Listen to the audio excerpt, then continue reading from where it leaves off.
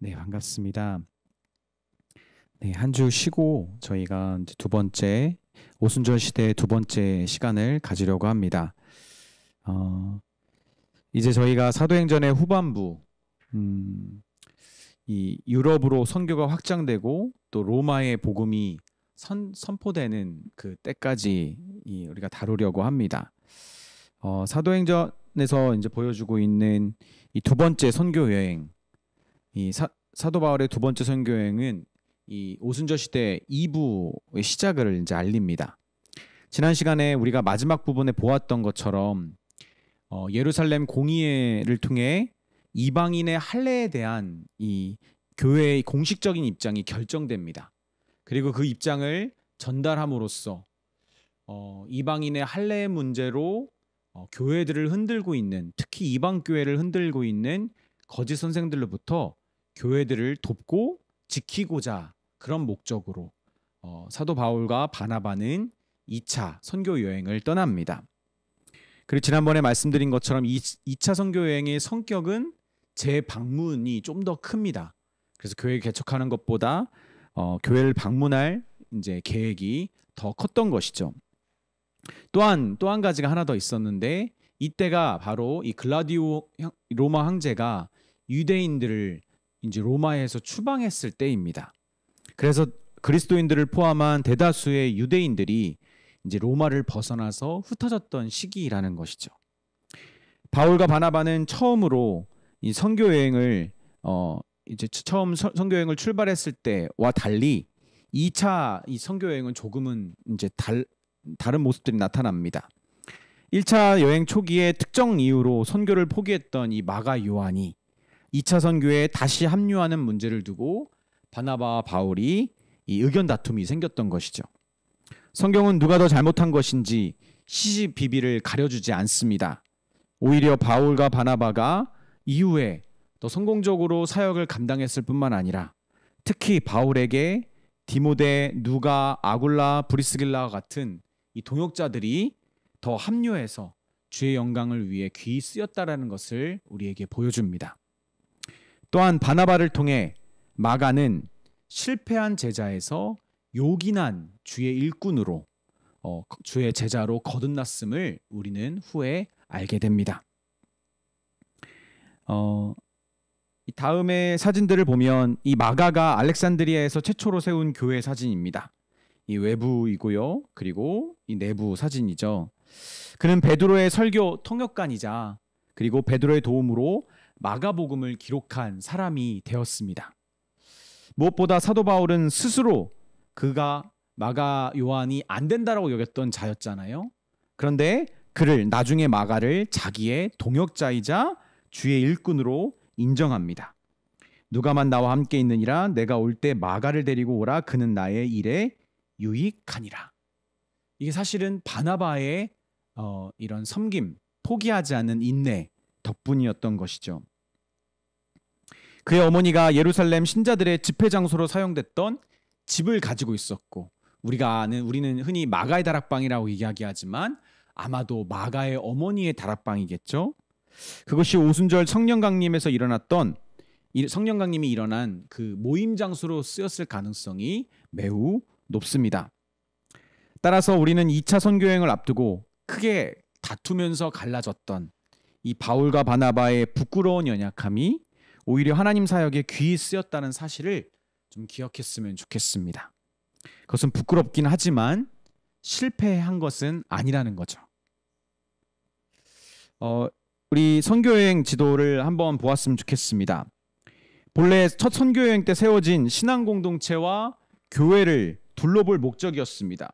그렇다면 시리아의 안디옥에서 다시 구브로로 갔어야 됐겠죠? 그런데 바울과 바나바가 갈라짐으로 인해서 이 원래의 목적지였던 1차 여행의 그 루트 구브로는 바나바와 마가가 출발하고요. 바울은 이 자기의 고향 쪽인 다소 이 길리디아라고 하는 곳으로 이제 출발합니다. 그리고 루스드라에서 디모데라는 젊은 제자가 선교팀에 합류합니다. 믿지 않는 헬라인 아버지를 둔 그는 이 어머니가 유대인이었기 때문에 어머니의 유전을 따라 유대인으로 부를 수 있었는데, 바울은 그가 동족 유대인들에게 불필요한 공격을 당하지 않도록, 그의 사역에 걸림돌이 되지 않도록 그를 할례받게 합니다.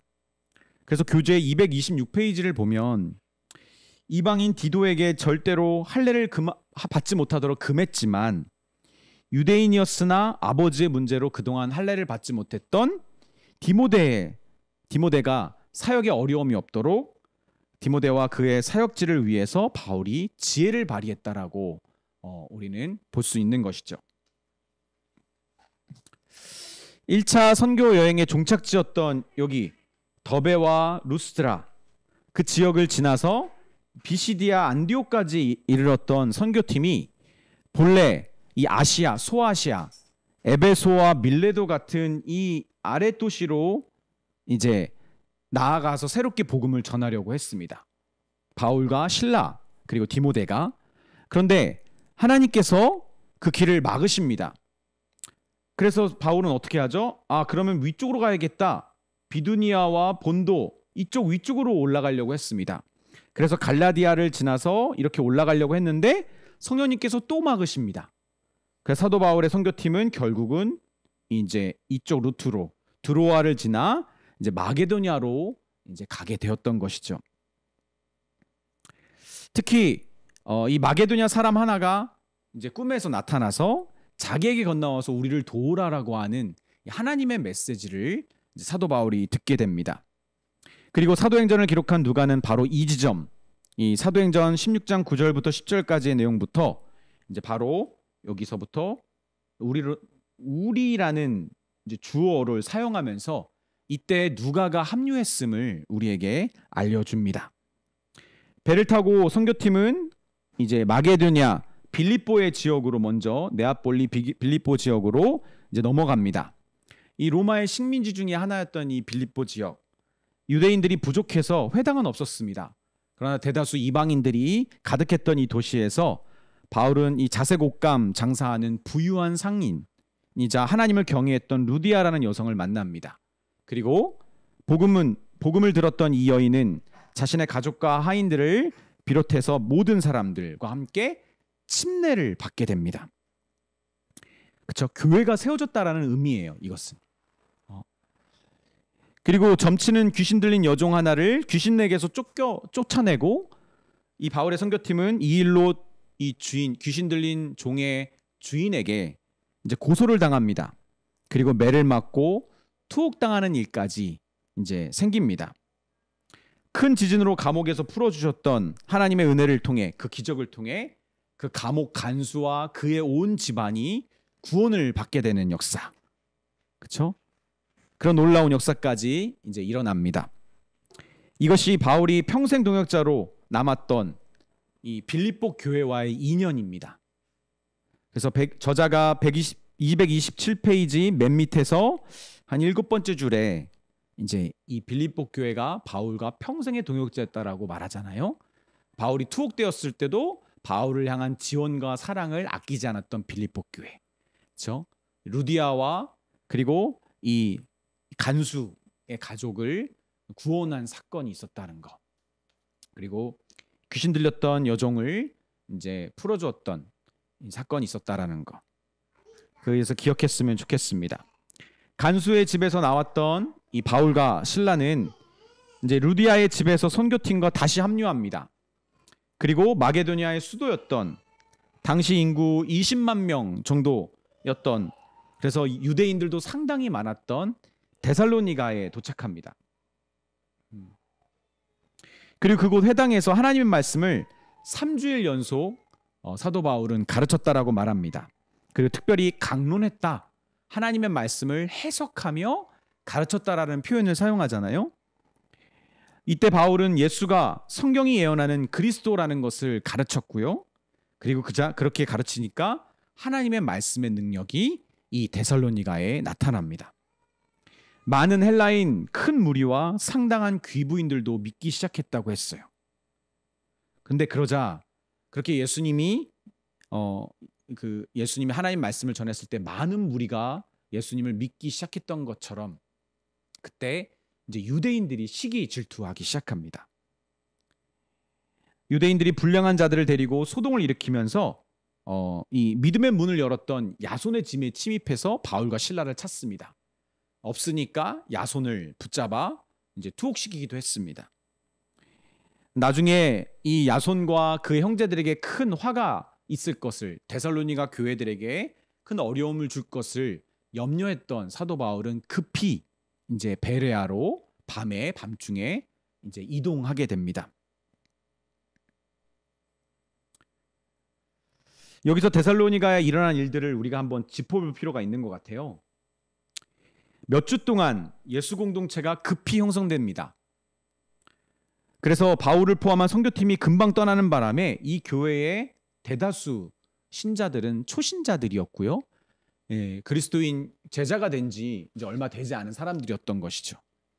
그래서 교회 안에 일어났던 다양한 문제와 교회 밖에서 그들을 공격하고 있는 유대인들의 시기 질투, 그런 분노를 이들은 사도와 선교팀이라는 이 성숙한 그리스도인들을 없이 견뎌야 했습니다.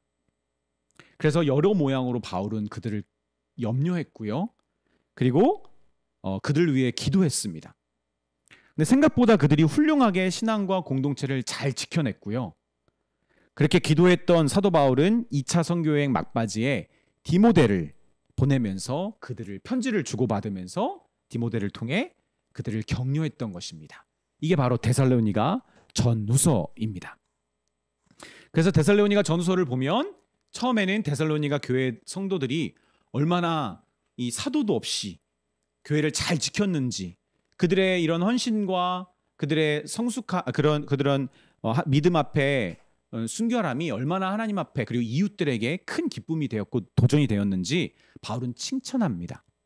그리고 그럼에도 불구하고 그들 교회 안에 이제 가르치는 자가 없기 때문에 겪는 미세한 문제들, 그리고 교회에 이제 몇몇 그리스도인들이 이제 부활을 겪지 못하고 죽자 그 안에 생겼던 혼란들을 이제 바울이 데살로니가 전후서를 통해 이제 바로잡아 주는 것이 이제 바울의 이제 노력이었던 것이죠. 우리 229페이지를 보면 이제 베레아에서 말씀을 전했던 이제 사도 바울, 거기서도 간절했던 유대인 공동체가 있었습니다. 그리고 복음의 열매, 특히 헬라인들에게 열매가 나타났는데 데살로니가에 있었던 열성 유대주의자들이 이제 베레아까지 쫓아옵니다. 그리고 또 거기서 소동을 일으키고 방해를 하는 것이죠. 결국 바울은 베레아 사람들의 도움을 얻어서 아테네로 이제 이동하게 됩니다. 이때 실라와 디모데는 베레아에 남아서 복음 사역을 그대로 했고요. 바울만 먼저 아덴으로 배를 타고 이동했습니다. 여러분, 고대 세계 문화의 정점이었던 이 아테네, 이 아덴은 예술과 문화와 철학 분야에서 탁월했던 도시입니다. 이 저자는 파머 교수는 아테네의 황금기는 그 어떤 도시와도 비교할 수 없었을 거라고 지적합니다. 로마 사람들도 이 헬라의 종교와 사상의 그 탁월성을 인정했고, 그리고 이 로마인의 삶과 문화에 그대로 적용되었을 거라고 말합니다. 그러나 바울의 관점에서 보면 그 대단한 아테네도 이방 세계이잖아요. 하나님을 모르고 우상 숭배에 잡혀 있는 자들에 불과했던 것이죠. 그래서 이런 이 헬라 세계의 세계관과 복음의 세계관과의 갈등이 이 아테네에서 사도 바울과 이제 일어났던 것입니다. 그래서 이 그리스도 안에서 새로운 공동체들이 이 충돌을 통해서 생겨났다라고 저자가 지적하는데, 이 말씀을 좀 주목했으면 좋겠어요. 바울이 아덴에서 그들을 기다리다가 그 성에 우상이 가득한 것을 보고 마음이 격분하여, 사도행전 이런 표현 거의 없거든요. 먼저 이방인들이 우상 숭배하는 것을 보고 격분해해서 변론합니다. 만나는 자들마다. 그리고 스토아 철학자들과 에피쿠로스 철학자들과 쟁론하고, 그리고 다툼이 있는 것이죠. 그리고 바울은 이렇게 말합니다. 너희는 알지도 못하고 위하는 그것을 내가 너희에게 알게 하리라. 너희들 똑똑하다고 칭찬받지? 내가 보기엔 너희들은 무지한 자들이야. 그리고 우주와 그 만물을 지으신 하나님께서 천지의 주제이시니 손으로 지은 전에 계시지 아니하고. 이거는 돌려까는 거죠.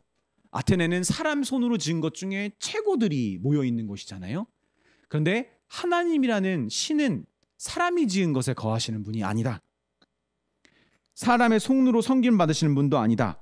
오히려 만민에게 생명과 호흡과 만물을 친히 주시는 이시다. 그리고 특별히 헬라인들이 탁월하다고? 아니, 모든 인류를 한 혈통으로 하나님 만드셨어. 그때 헬라인들의 세계관을 이제 깨부수는 거죠. 또 무엇이죠? 알지도 못했던 시대에 하나님이 강가하셨지만 이제는 어디든지 사람에게 다 명하사 회개하라 하셨으니 심판의 날이 왔다라고 사도 바울은 이제 헬라인들에게 말하고 있는 것이죠. 사실은 이 사도 바울의 이 아덴에서의 사역은 큰 열매가 없었어요. 그런데 중요한 것은 이런 강한 세계관의 갈등이 이방 선교 가운데 이제 드러났다라는 거죠.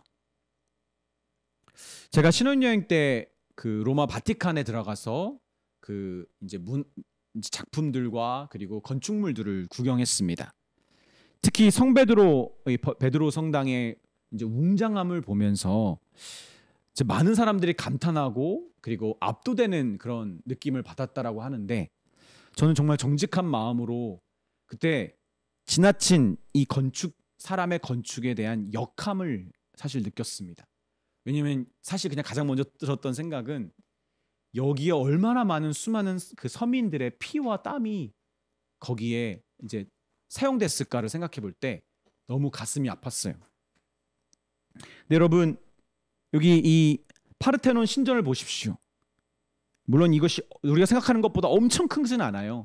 높이가 한 10m, 이게 46개의 이 기둥이 있고, 그렇지만 이 파르테논 신전은 처녀의 집이라는 뜻을 갖고 있는데, 이 지혜와 이성과 순결의 여신인 아테나를 이제 기념하기 위해 세워진 신전입니다. 바울은 여기서 이제 철학자들과 헬라인들과 쟁론했던 거예요. 그는 이 아덴이 보여주는 건축물들의 화려함과 탁월함에 마음을 뺏기지 않고 오히려 우상이 가득함을 보고 마음이 격분해서 변론했던 것입니다. 그래서 저는 한편으로는 저희들이 이런 여행지, 때론 이런 신전들과 이런 우상들, 이방 신들을 섬기기 위해 세워졌던 건축물들을 보면서 지나치게 감탄하거나 좋아하는 그리스도인들은 약간 문제가 있는 게 아닌가라는 생각을 조금 해보긴 합니다. 큰 열매가 없었던 사도 바울은 아덴을 떠나서 고린도를 향합니다. 고린도로 배를 타고 이제 이동을 했겠죠. 근데 이 233페이지입니다. 이곳은 로마의 속주인 아가야의 이 수도였습니다. 당시 신도시로 건설됐던 이곳은 군인들이 정착하면서 인구가 급증하고 자원도 이제 급속히 유익됩니다. 그리고 상업적으로 화려했고 악습과 부도덕함이 타락이 이제 가득했던 곳이 이 고린도라는 도시죠. 이 지도의 위치를 보면 고린도가 이렇게 아덴으로 나가는 이 해 사이에 들어가 있잖아요. 보면은 우상이 많을 수밖에 없는 무역과 해상 교통이 빈번한 교차로라고 이제 볼 수 있는 것이죠. 또한 이곳에서 바울은 얼마 전에 이 글라디오 황제가 추방령을 내려서 유대인들이 다 쫓겨났잖아요.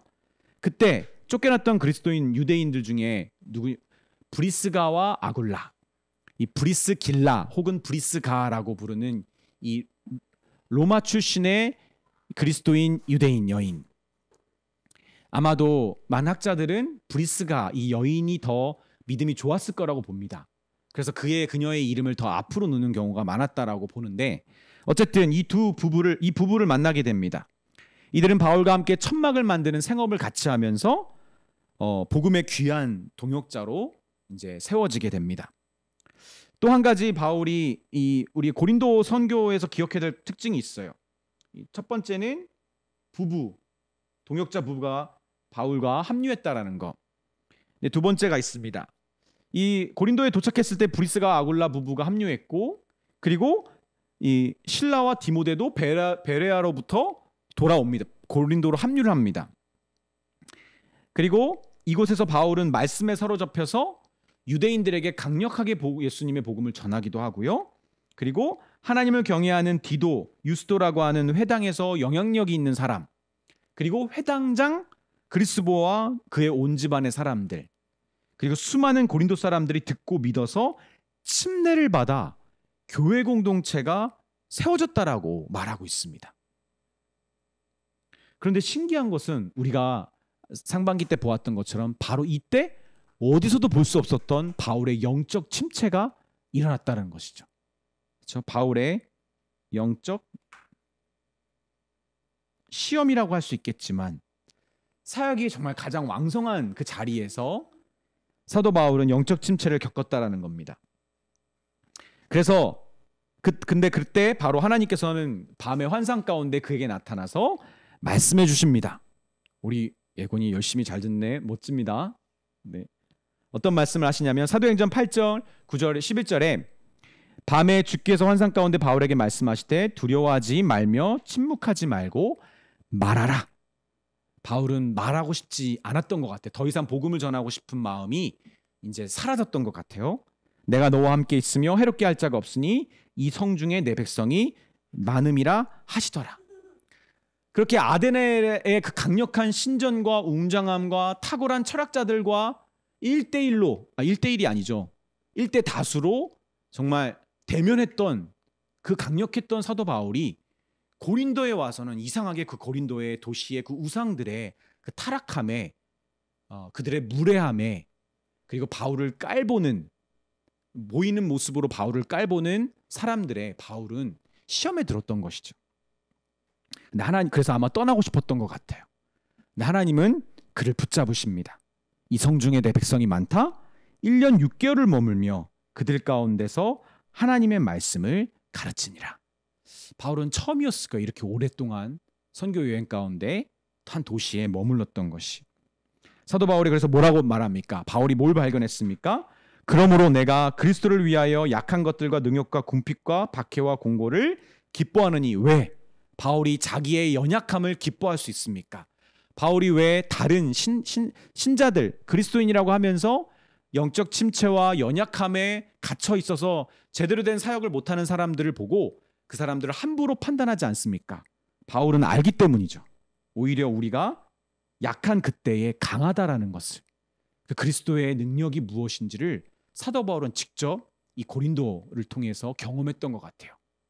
그래서 우리가 고린도 전후서를 읽으면 사도 바울은 고린도 교회의 성도들을 강하게 지책하기도 하지만 신기하게도 그들을 포기하지 않은 이유가 바로 이 이유 때문이었어요.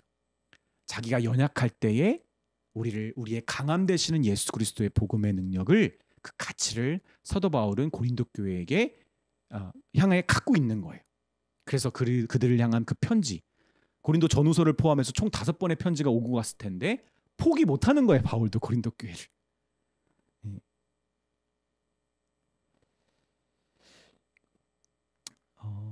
바울과 이 브리스가 아굴라는 이렇게 함께 이 고린도 사역을 열심히 했었는데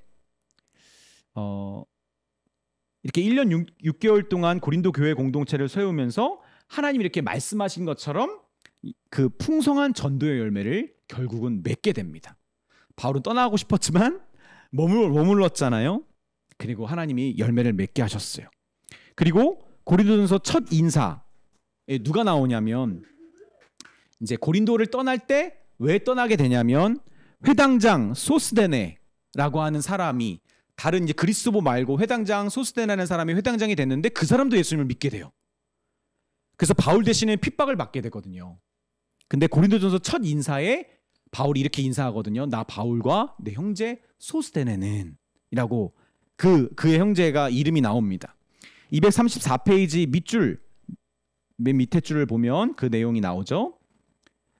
바울은 그리고 이곳 고린도에서 누구에게 편지를 쓰죠? 데살로니가 교회에게 디모데를 통해 이제 왔다 갔다 편지를 쓰면서 교회를 돌보기도 했습니다. 바울이 고린도에 반드시 머물러야 되는 이유가 있었던 것입니다. 그리고 바울과 브리스가 아굴라는 함께 갱그리아를 지나서 에베소를 도착합니다. 근데 그 에베소가 어떤 지역이죠? 고린도 갱그리아에서 이제 에베소로 넘어갑니다. 배를 타고. 근데 이 에베소가 어디냐면 바울이 처음에 가고 싶었던 곳이었어요. 하나님은 그가 원하던 때가 아니라 하나님의 때에 바울을 결국은 그가 가고 싶었던 그 아시아 지역, 소아시아 지역의 에베소를 이제 가게 됩니다. 그런데 바울은 거기에 오래 머물지 않습니다. 유대인들과 회당에서 변론하다가 하나님의 뜻을 따라 예루살렘 교회로 갑니다. 금방 떠납니다. 물론 브리스가 아굴라는 에베소에 남습니다. 그래서 바울은 에베소에서 바로 이 가이사랴로 도착해서 예루살렘으로 가서 그리고 그들을 예루살렘 형제들을 만나고 다시 시리아의 안디오로 가서 선교 보고를 최종적으로 함으로써 2차 선교 여행이 끝난 것이죠. 3차 선교 여행의 계기는 사실 따로 나오지 않습니다. 근데 1차 선교 여행은 2년 정도 걸렸거든요. 근데 2차 선교 여행은 이제 3년 정도 걸렸어요.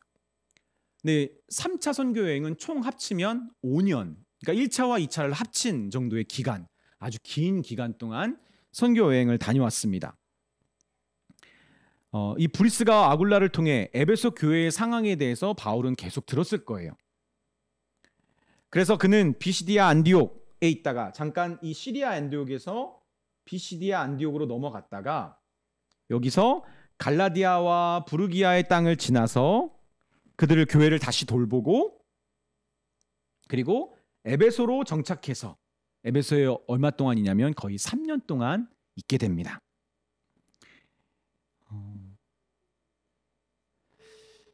그는 12명의 요한의 제자였던 12명의 사람들에게 성령의 침례를 베풀고요. 그리고 그들과 함께 에베소 교회를 이제 더 본격적으로 세워갑니다. 이미 브리스가 아굴라가 아볼로라고 하는 언변가와 성경에 능통한 자를 에베소에서 만나서 그를 귀한 하나님의 일꾼으로 세웁니다. 요한의 침례밖에 알지 못했던 이제 그를 이제 그리스도의 침례를 알게 하고 그를 그리스도의 사람으로서 본격적으로 세워준 것이죠. 근데 그가 아볼로가 떠나고 나서 사도 바울은 에베소에 와서 석 달 동안 회당에 들어가 하나님 나라를 담대히 가르쳤고요. 그리고 결국은 쫓겨나게 돼요. 유대인들이 이제 반대해서. 그런데 이 12명의 제자들과 함께 두란노 서원에서 날마다 이방인들을 향해 말씀을 강론합니다. 이게 사도 바울의 전성기가 아니었가 생각합니다. 그래서 두란노라고 하는 이 기독교 출판사가 유명한 것이죠. 이때 하나님의 말씀을 아주 풍성하게 이 제자들과 함께 12명의 제자들과 함께 성경은 약 아마도 12명이라고 말하는데 하나님 말씀을 매일매일 가르쳤다라고 말합니다. 이 저자인 파머 교수는 241페이지에서 이렇게 말하잖아요. 초기 헬라어 사본을 보면 바울이 가장 더울 때는 오전 11시부터 4시까지 그때 사실은 낮잠을 자거나 쉬는 기간이거든요. 그때의 4시간 동안 5시간 동안 이제 거의 3년 가까이 가르쳤다면 3,000시간을 2년 동안 가르쳤다라고 말합니다. 그리고 그때 사도 바울은 어떻게 하죠? 에베소에서 고린도 교회를 향한 편지를 주고받습니다. 무려 5번 정도. 그리고 한 번 정도는 중간에 배를 타고 3일이면 갔다 오는 거리였어요. 바람의 영향이 있겠죠. 근데 바울은 한 번 정도는 고린도를 갔다 오기도 합니다. 고린도 전서와 고린도 후서를 썼던 그 사이에 사도 바울이 고린도를 잠깐 짧게 슬프고 아픈 방문이라고 말하는데 방문을 했었습니다. 누가는 2년 넘게 행했던 이 사역으로 말미암아 이 아시아에 사는 유대인이나 헬라인이나 다 주의 말씀을 들었다라고 사도행전에서 기록하고 있습니다. 근데 여러분 이 에베소가 어떤 곳이죠? 에베소에도 수호신이 있었어요. 이 아데미 신전. 이 아데미 여신은 에베소의 수호신이었고 그녀는 풍요와 다산을 주관하는 신이었습니다. 그래서 이 그리스 신화에 나오는 이 올림푸스 12신 중에 하나이잖아요. 그래서 그녀의 유방이 12개나 있었어요. 그래서 풍요와 다산을 상징하는 여인이었어요. 에베소의 자랑이었습니다. 우리가 포르테논 신전이라고 하는 그 신전, 아덴에 있었던 신전의 그 2배가 넘는 사이즈로 이 아데미 신전이 컸어요. 헬라 세계의 가장 큰 건축물 중에 하나였을 정도로 에베소의 자랑이었습니다. 근데 이 아데미 여신상을 이제 이 에베소 사람들이 이제 섬기는데 매월 3월부터 4월까지 축제가 열립니다. 그리고 이 여신을 섬기고요. 각 집은 이 신상을 은으로 만든 이 신상 조각물, 소형 조각물을 만들어서 집에 모셔서 그 신상에게 소원을 빌고 축복을 빌기도 했습니다. 이게 에베소 사람들의 특징이었어요. 그러니까 데메드리오라고 하는 이 은수공업자가 사도 바울이 3년 동안 에베소에서 말씀을 전하면서 우상 숭배를 멀리하라고 외치니까 자기 생계에 위협을 받았던 것이죠. 그래서 사도 바울을 고발하고요. 그리고 사람들을 선동해서 그와 사도 바울과 그 선교팀을 연극장까지 몰아서 죽이려고 했습니다. 그러나 바울은 이제 결국은 그가 무죄하다는 것이 드러나고 풀려나잖아요. 근데 이 일이 결국은 바울이 에베소를 떠나서 다시 마게도냐로 넘어가는 계기가 됩니다. 이제 바울은 빌립보와 데살로니가 교회를 돌아봅니다. 마게도냐로 넘어가서 지도를 다시 보자면 이제 에베소에서 다시 마게도냐로 넘어가서 이 빌립보와 데살로니가를 돌보죠. 그리고 베레아, 아덴을 거쳐서 다시 고린도 교회를 방문합니다. 고린도후서에서 바울이 자기가 다시 방문하겠다라고 약속했잖아요. 사도 바울은 그 약속을 지킬 수 있었습니다. 그리고 다시 고린도 교회를 방문했던 바울은 그의 인내와 사랑의 수고의 열매를 고린도 교회에서 확인합니다. 그 교회가 회복된 거죠. 그래서 사도 바울의 그 말씀을 가르치는 능력이 탁월했을 거 아니에요. 사도 바울이 말씀의 전성기는 에베소였고요. 목양의 전성기는 고린도였던 것 같아요. 그렇죠? 열매는 그 교회는 사도 바울의 질책을 받아들여서 교회 회복되고 화목하게 된 것이죠. 그런데 사도 바울은 그 말씀의 그 전성기를 누렸던 사도 바울은 그 에베소에서부터 그리고 이 목양의 풍성함을 누렸던 고린도에게까지 이 사도 바울의 마음에 하나님이 주시는 하나의 확신이 있었습니다. 그게 뭐냐면 예루살렘을 거쳐서 로마로 땅끝까지 하나님이 가라고 하는 하나님은 나를 부르신다라고 하는 것에 대한 부르심이 있었어요. 언제요? 전성기를 누릴 때. 그렇죠? 보통 사람 같으면 여기에 머물고 싶을 때에 사도 바울은 에베소에서부터 그런 마음을 하나님 앞에 받았고 그 마음을 키웠고 고린도에 가서 진짜 목양하고 싶다. 그 목양의 맛을 알 수밖에 없는 그 고린도 교회에서 그 마음을 확신합니다. 고린도에서 머무는 이 3개월 동안에 사도 바울은 아직 자기가 방문하지 않았던 로마 교회를 향한 편지를 씁니다. 그게 바로 로마서죠. 그게 그 편지를 쓰는 이유가 있었던 거죠. 그 마음에 하나님 부르심을 주셨기 때문에. 아마도 자기의 동역자였던 브리스가와 아굴라가 이제 글라디오 황제가 죽어서 그 칙령이 풀리니까 추방령이 풀리니까 로마로 되돌아갔거든요. 그리고 로마 교회의 상황을 그들을 통해 전달받습니다. 그래서 바울은 그 소식을 듣고 그들을 만나기 위한 준비를 했던 것입니다. 로마서를 쓰면서. 그리고 이미 예루살렘 교회를 돕기 위해 이방 교회들로부터 연보, 즉 헌금을 모아왔던 사도 바울.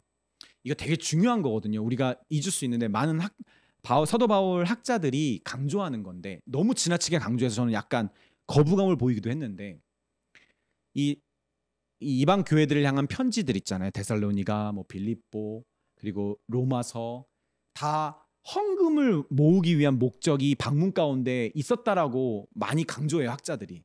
저는 성경 읽을 때 그렇게 많이 강조 안 하는데 바울이 물론 있지만 너무 강조하고 싶진 않은데 어쨌든 사도 바울은 계속 이방 교회들에게 예루살렘 교회, 너희들의 어머니 교회일 수 있는 그리고 우리의 뿌리인 예루살렘 교회의 어려움을 그냥 지나치지 말자. 이렇게 헌금을 모아왔습니다. 그리고 고린도 교회에서도 그 연보를 모아서 혹시 고린도 교회가 오해할까봐 8명의 형제를 모아서 함께 예루살렘으로 급히 이제 출발합니다. 이때 에베소 밑에 에베소까지 갈 수 있는 시간이 없어서 밀레도에서 에베소 장로들, 에베소 목회자들을 부르잖아요. 그 목회자들이 누구였을까요?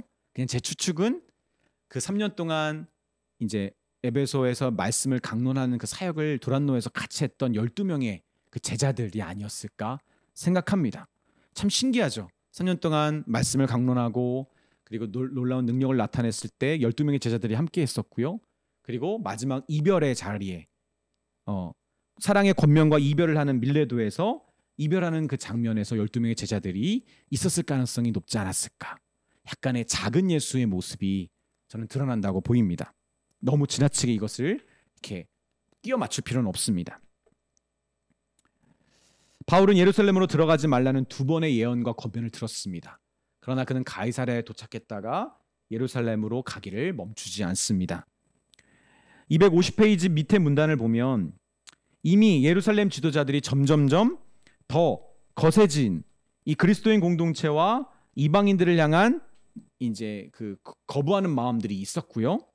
그리고 이방인들을 향한 지나치게 관대한 마음을 가지고 있는 그것을 주도한 사도 바울의 존재를 예루살렘 지도자들은 벼르고 있었던 것 같아요. 그 결과 사도 바울은 겸손히 유대인들의 관례를 지키라는 권면을 받아서 순종해서 예의를 갖췄는데도 불구하고 그와는 무관하게 그를 모함하고 무리를 충동한 유대인들에 의해 사로잡힘을 당합니다. 그리고 3년 가까이 우리가 보았던 이 바울의 에베소의 제자와 말씀 능력 사역처럼 그리고 그는 작은 예수로서 예루살렘에 들어가 예고된 그 예수님의 핍박을 그도 겪었던 것이죠.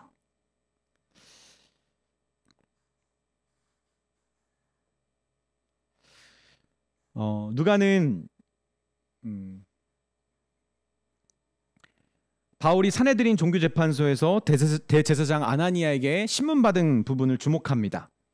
그때 바울은 꿈에 예수님의 말씀을 듣죠. 담대하라, 내가 예루살렘에서 나의 일을 증언한 것처럼 로마에서도 증언하여라 하리라. 증언하게 하리라. 하나님은 예수님은 분명히 사도 바울에게 로마로 가는 그 부르심을 확증해 주신 것이죠. 공회에서 바울로 인해서 다툼이 있었습니다. 사두개인들과 바리새인들끼리. 그리고 갈등이 일어나고요. 바울은 총독 벨릭스에게 이간되고 그리고 대제사장 아나니아는 이 가이사랴로 바울을 이관해 가니까 대제사장 아나니아가 더둘로라고 하는 변호사를 끌고 거기까지 쫓아갑니다. 그래서 어떻게든 바울을 죽이려고 이제 그리고 다시 예루살렘을 끌고 가서 죽이려고 노력한 것이죠. 근데 벨릭스는 자기의 임기 때 일부러 이 재판을 지연시키다가 나중에 로마로 벨릭스가 끌려가거든요. 그리고 그래서 2년 동안 바울은 가이사랴 이 감옥에 투옥되어 있었습니다. 벨릭스에 이어서 베스도가 부임한 다음에 베스도는 되게 어려운 상황에서 부임이 돼서 헤롯 아그리파 2세 여러분 혹시 기억하시나요? 그가 이 아버지들의 혼란한 전국을 조금은 모았던 사람인데 그 사람과 버니게가 베스도에게 이제 문안하러 오니까 이 베스도는 일부러 헤롯 아그리빠와 이 그 버니게에게 잘 보이려고 바울의 이야기를 꺼냅니다. 그래서 투옥되었던 바울을 끄집어내서 신문을 시키는 거죠. 그래서 바울은 다른 이 벨릭스에게 했던 것처럼 그리고 베스도에게 했던 것처럼 그의 간증과 증언을 헤롯 아그리빠 2세에게 하게 됩니다. 말이 적으나 많으나 당신뿐만 아니라 오늘 내 말을 듣는 모든 사람도 이렇게 결박된 것 외에는 다 나와 같이 되기를 하나님께 원하나이다. 여러분 이 말씀이 기억나시죠? 바울은 로마 시민으로서 자신의 재판을 로마 황제 네로에게 상소해달라고 합니다. 그래서 결국 로마로 압송되고요. 이때 누가와 아리스타고도 바울과 함께 하게 됩니다. 그래서 저자 누가는 이때 일어난 이 놀라운 항해 일들 있잖아요. 바울이 배를 타고 갔던 항해의 놀라운 일들을 자세히 같이 기록할 수 있었던 것입니다. 그래서 이 사진을 보시면 바울은 가이사랴에서 이 그레데로 갔다가 그 다음에 이 멜리데 섬에 들어가서 뱀에 물렸지만 거기서 이 종족들에게 이제 하나님처럼 하나님 대접을 받잖아요. 그들에게 복음을 전하고 이렇게 배로 타고 계속 넘어가고 있었던 거죠. 특히 이 그레데 섬을 지나서 멜리데를 거쳐서 보디올에 도착한 여기 보디올에 도착했을 때 그때 그리스도인 무리와 만나서 7일 동안 7일 동안 함께 시간을 보냅니다. 여러분 처음 보는 사람들 혹은 이 선교지 가운데에서 만났던 사람들이 있었겠죠. 그리고 함께 저는 몰랐는데 아비오 가도라고 하는 200km가 되는 그 길을 200km를 되는 그 길을 그 그리스도인들 무리와 함께 걸어갔습니다. 그리고 아비오 광장이라고 하는 이 로마의 우체국이라고 하는 곳에 도달했을 때 바울은 거기서 드디어 그가 로마서 편지를 통해서 만났었던 로마 교회 신자들을 만나게 됩니다. 그때 이렇게 사도 누가가 증언합니다. 그곳 형제들이 우리 소식을 듣고 아비오 광장과 트레이스 타베르까지 맞으러 오니 바울이 그들을 보고 하나님께 감사하고 담대한 마음을 얻으니라. 얼마나 반가웠을까요? 그리고 하나님께 감사했을까요?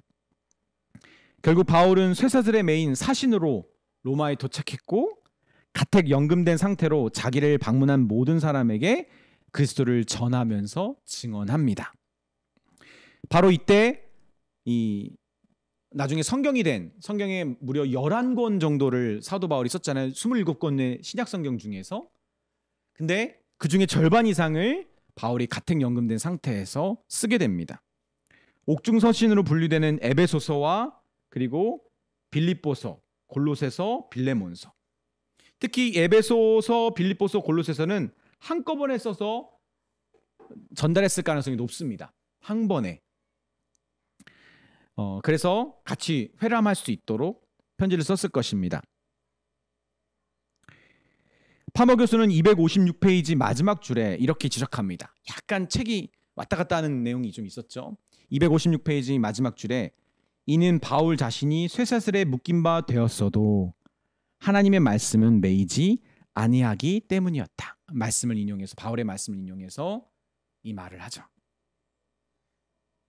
매여 있었지만 그가 전하는 복음은 매이지 않았다. 물론 이때 사도 바울이 잠깐 로마에 있을 때 풀려나서 4차 선교행을 갔느냐 아니다 안 갔다라고 하는 그 학계에서는 여전히 논란이 있습니다. 이 파머 교수는 4차 선교여행서를 지지하는 분인 것 같아요. 사도 바울이 그래서 로마에서 잠시 석방돼서 서바나 이 스페인에 가서 선교했을 가능성을 그는 말합니다.